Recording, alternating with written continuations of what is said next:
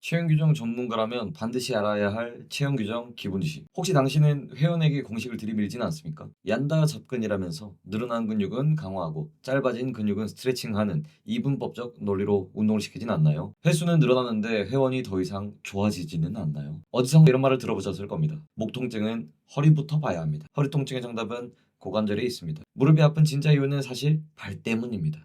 등등등등등. 통증이 직접적인 대상 부위가 아니라 자꾸 다른 관절의 문제라고 합니다. 혹시 그때마다 이게 무슨 소리야? 라며 갸우뚱하셨나요? 그렇다면 영상을 끝까지 시청했을 때 당신의 시야는 한층 더 넓어져 있을 겁니다. 일반인들은 알기 어려운 내용, 운동 전문가들이 잘난체하기 좋은 내용, 잘 써먹으면 전문성이 돋보이는 내용. 그것은 바로 조인트 바이 조인트 어프로치. 어떤 개념인지, 어떻게 써먹어야 하는지, 그리고 만약 당신이 운동 전문가가 아니라면 그래도 좋습니다. 재활 PT를 받을 때 지도자가 이 정도는 알고 있어야 한다 하는 기준으로 보셔도 좋습니다. 자, 영어라서 좀 거창해 보이기도 합니다만 실상은 별거 없습니다. 관절마다 타고난 운명이 정해져 있다는 거죠. 한 부위마다 잘 움직여야 하는 가동성 관절, 그리고 흔들리지 않게 꽉 잡아줘야 하는 안정성 관절, 이렇게 두 가지로 나뉩니다. 만약 몸 어딘가에 문제가 생긴다면 그 주변의 가동성 관절은 잘 움직이게 만들어주고 안정성 관절은 꽉 잡아줄 수 있게 만들어주는 방식으로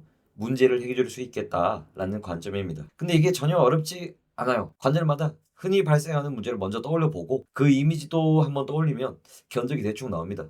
자, 쉽게 생각해 보자고요. 밑에서부터. 우선 발입니다. 흔히 발생하는 문제가 무엇일까요? 평발이죠. 평발은 안정성이 부족해서 아치가 무너지는 거죠. 그래서 안정성 관절입니다. 자, 다음 발목은요. 스쿼트 할 때 발목 가동범위 안 나오는 경우가 정말 많죠. 근데 한 번씩 삐끗해도 막 크게 다치지는 않잖아요. 그래서 가동성 관절입니다. 그 바로 위에 있는 무릎 뒤로는 아예 움직이지도 않게끔 되어 있죠. 그리고 그걸 벗어날 정도로 꺾인다면 큰일 나겠죠. 십자인대 파열을 떠올려 보세요. 그래서 안정성 관절에 해당합니다. 고관절로 가보죠. 우리가 스쿼트 같은 동작을 할 수 있는 기반입니다. 힙힌지라고 하죠. 심지어는 그 자세에서 뒤로 돌아보는 것도 만들어주는 것도 고관절의 가동성입니다. 자, 허리입니다. 허리 디스크.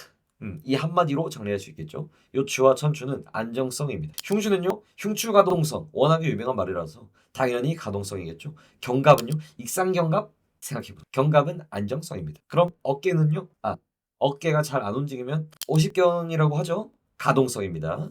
목은요, 요추도 디스크가 잘 터집니다. 안정성 관절이고요. 팔꿈치는 무릎하고 비슷하겠죠.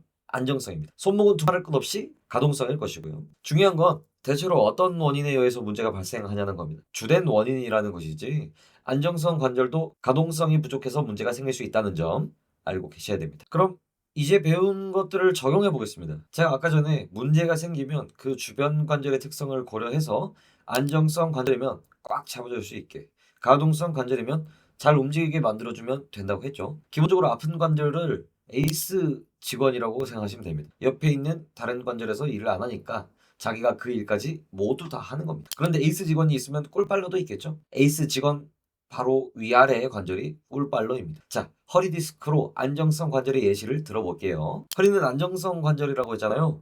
그런데 위아래에 있는 고관절과 흉추에서 가동성이 나오지 않는다면 그걸 요추에서 부담해야 된다는 소리죠. 그럼 허리가 과하게 움직이다 보니 디스크가 빠져나오기 쉬울 테고 원래 가지고 있던 안정성도 떨어져서 삐끗하기도 자주 삐끗할 겁니다. 그럼 해결은 어떻게 해야 될까요? 당연히 흉추와 고관절을 잘 움직여주면 해결되겠죠. 자, 이번엔 무릎 통증을 통해서 가동성 관절의 예시를 보겠습니다. 무릎은 안정성 관절이죠. 위아래로는 발목과 고관절이 있는데 이들은 가동성입니다. 스쿼트를 한다고 가정해 봅시다. 근데 고관절하고 발목이 엄청 뻣뻣한 사람이라고 생각해봐요. 당연히 무릎을 더 많이 접어야 합니다. 그리고 그 자세로 오랜 시간 운동을 하다 보면 당연히 통증으로 이어집니다. 무릎 관절은 안정성 관절인데 위아래의 가동성을 대신하려면 과하게 움직이게 되고 그러면 안정성이 떨어지거든요. 결국 무릎 통증 역시 위아래에서 가동성을 내주지 않는 고관절과 발목 관절의 합작품이다 라는 소리입니다. 자, 오늘 배운 핵심 세 가지만 기억하세요. 첫째, 내 몸의 관절은 가동성과 안정성이 번갈아 쌓여 있다. 둘째, 아픈 관절은 독박 야근을 하는 에이스 직원이다. 셋째, 따라서 아픈 곳만 조지지 말고 위아래에서 놀고 있는 꿀빨러 관절부터 일하게 만들어라. 제가 병원에서 환자들을 치료하면서 느낀 것 중에 하나가 아픈 곳만 치료하면 꼭 다시 오신다는 겁니다. 그 주변 관절까지 같이 볼 때 더욱 근본적인 해결이 되는 느낌이었어요. 내일 당장 수업하기 전에 해결이 안 되는 케이스가 있다면 주변 관절부터 확인해보세요. 앞으로도 똑똑하게 지도하는 법을 알고 싶으시다면 구독과 좋아요 눌러주시고요. 오늘 내용 중 궁금한 점은 댓글로 남겨주세요.